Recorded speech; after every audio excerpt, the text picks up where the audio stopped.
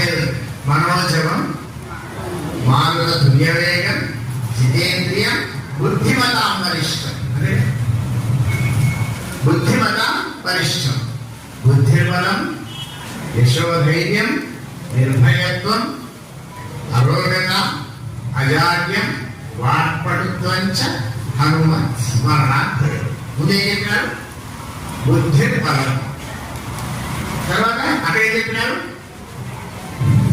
జితేంద్రియం బుద్ధిమతాం వరిష్టం. అంటే ఆంజనేయ స్వామిలో ఉన్న శక్తి ఏమిటి?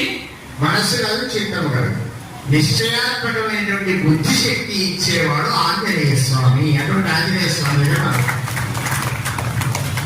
అంటే అనావస్థితిని కలిగేస్తుంది. మనం ఏం చేయాలి ఏం చేయొద్దు అని చెప్పేటువంటి శక్తి మనకి ఆంజనేయ స్వామి కల్పిస్తుంది.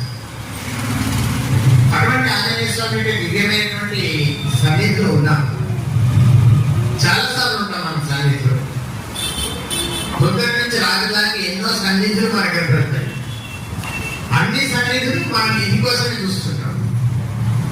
ఎక్కడికి పోతే ఏమొస్తుంది, ఎక్కడికి పోతే ఏమి ఇస్తారు, మా ఇంటికి వస్తే ఏం చేస్తారు, మేము అని చూడాలంటే మనము కలిసి చూసుకున్నా అది అర్థం కాదు.